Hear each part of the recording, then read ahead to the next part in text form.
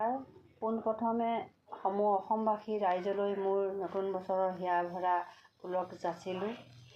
আপোনালোকৰ গোটেই 25টো যেনেদৰে বেয়াকৈ গুচি গ'ল শিল্পী সমাজ তথা বহুতৰে, ঠিক তেনেদৰে 26 চনটো যাতে সকলোৰে ভালে থাকক, শান্তিয়ে থাকক, সুখত থাকক, এয়াই আশা কৰিলোঁ। আৰু লগতে 25ত যিখিনি হৈ গ'ল শিল্পী সমাজত নামষাৰ ক'বই লাগিব। জুবিন গাৰ্গৰ দৰে এজন মহান শিল্পী হেৰুৱালোঁ। ঠিক তেনেদৰে 26ত আৰু তেনেকুৱা এটা দিন আৰু ঘূৰি নাহক। সকলো শান্তিয়ে থাকক, সুখত থাকক, মিলাপ্ৰীতিয়ে থাকক, এয়াই মই ভগৱানৰ ওচৰত প্ৰাৰ্থনা কৰিছোঁ। আমিও যাতে ভালে থাকিব পাৰোঁ, আপোনালোকে আমাক আশীৰ্বাদ কৰিব।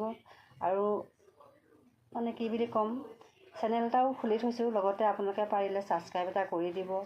এই অভাগিনীত নেজানো বৰ বিশেষ একো লিখিব, পঢ়িব, কৰিব, তথাপিতো কৈছোঁ। এটা মানে কি ৰিকুৱেষ্ট কৰিছোঁ আৰু মোৰ ফালৰ পৰা আপোনালোকে ছাবস্ক্ৰাইব এটা কৰি দিব, যদিহে বেয়া নাপায়। নাজানো যদিও আগবাঢ়ি যাবলৈ চেষ্টা এটা কৰি আছোঁ। কি হয় নাজানো, আপোনালোকে সহায় সহযোগ কৰিলে নিশ্চয় আগবাঢ়ি যাব পাৰিম চাগৈ।